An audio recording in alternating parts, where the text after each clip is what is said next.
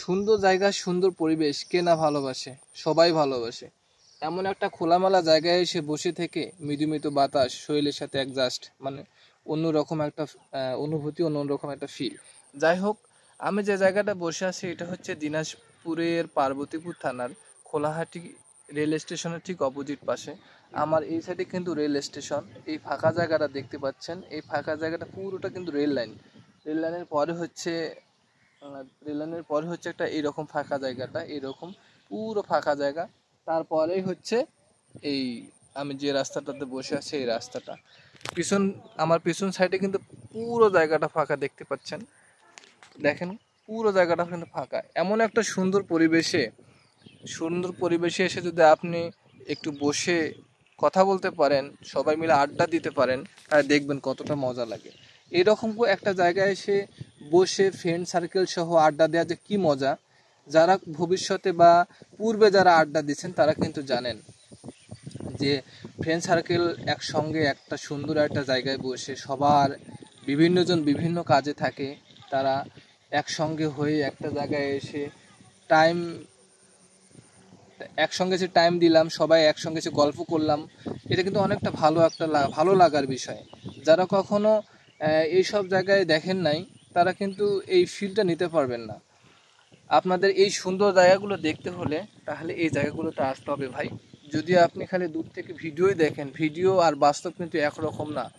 Video একটা কৃত্রিম জিনিস, আর বাস্তব আল্লাহ যে আপনাদের দুইটা চোখ দিচ্ছে, এই চোখ দিয়ে জায়গায় এসে দেখা এর চেয়ে বড় সৌন্দর্য আর কখনো হতে পারে না। আমি অনেক জায়গায় ঘুরেছি, বান্দরবন, খাগড়াছড়ি, রাঙ্গামাটি, এমন কোনো জায়গা নাই পার্বত্য চট্টগ্রাম যেখানে আমি ঘুরি নাই। এমন গভীর গভীর জায়গায় গেছি এই সুন্দর সুন্দর জায়গাগুলো দেখার জন্য। এতটাই ভালো লাগে যখন আপনি পাহাড়ের সর্বোচ্চ উঁচায় উঠবেন, দেখবেন যে মনে হয় যে পুরো জায়গাটা যেন আপনার চোখের সামনে। আল্লাহ তাআলা দুইটা চোখ দিয়েছে, আল্লাহর কাছে লাখো কোটি শুকরিয়া যে এই দুটা চোখ এতভাবে জুম হয়, যত তাকাবেন যেন দূর থেকে শুধু পাহাড়গুলো কাছে কাছে ডাকতেছে। কিন্তু একটা পাহাড়ের থেকে একটা পাহাড় দূরত্ব অনেক অনেক অনেক কিলোমিটার। কিন্তু সেই আল্লাহর রহমতে যে চোখ দিয়ে আমরা দেখি, সেই চোখ দিয়েই আমরা এই পাহাড়গুলো এতটাই কাছে দেখি যা বলার মতো না। যাই হোক, এই জায়গাটা দেখেন কতটা সুন্দর, খুবই সুন্দর একটা জায়গা। রাস্তার সাইডে আবার একটা আছে বট গাছের নিচেই কিন্তু আমি এই যে বসে আছি। যা এই বট গাছটা সব সময় মানুষকে যেভাবে ছায়া দিচ্ছে, আর যেভাবে এই বট গাছের নিচে আমরা বসে আড্ডা দেই, অনেকটা মজা লাগে। কিন্তু যারা পূর্বে যারা যারা বয়োজ্যেষ্ঠ আছে, তার দাদা নানা, তাদের কাছে গল্প শুনবেন। আগে কিন্তু অনেক বট গাছ ছিল গ্রামে। এই বট গাছের নিচে আমরা বলি মাছা, অনেক এলাকায় টং বলে। এই টং বসায় মাছা বানায় বাঁশ দিয়ে, আর বাঁশ, তারপর সুপারি গাছের গাছ মাঝখান দিয়ে ফাড়ায়, সেগুলো দিয়ে টং বানাইতাম। তারপর হচ্ছে আপনার আমার এলাকার চাগুয়া বলে, ছোট ছোট লম্বা লম্বা যে চাগুয়ার গাছ বলে আর কি, বিভিন্ন এলাকা বিভিন্ন নাম থাকতে পারে। সেই চাগুয়ার গাছ দিয়ে আমরা কি করতাম, এই টং বানাইতাম। সেই টঙ্গে বসে যে কি একটা মজা হতো, বট গাছের নিচে টং, আবার বট গাছের লতি যখন থাকতো সেই লতিতে আমরা আবার দোলনা বানাইতাম সেগুলো দিয়ে।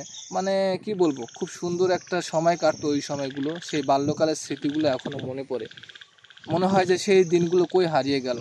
এখন শুধু বট গাছ আছে, এতটুকু বট গাছ, আর একটু বড় হওয়ার পরেই প্রত্যেকটা বট গাছ কেটে ফেলে। মানুষের টাকারও খুব প্রয়োজন, এই জন্য এত সুন্দর সুন্দর বট গাছগুলো অল্পতেই কেটে ফেলে। আর আগের এক একটা বট গাছের বয়স ছিল সেই মিনিমাম 100 বছরের উপরে, 100 বছর, 80 বছর, 90 বছর, এইরকম বয়সের বট গাছগুলো ছিল। যাই হোক, মানুষের সময়ের কালে মানুষের মনের পরিবর্তন, মানুষের আচার আচরণ, মন মানসিকতার পরিবর্তন, প্রত্যেকটা জিনিসের পরিবর্তনের কারণে এইসব সময়গুলো সবার কাছ থেকে হারিয়ে গেল। যাই হোক, তা বলে তো আর শেষ করা যাবে না।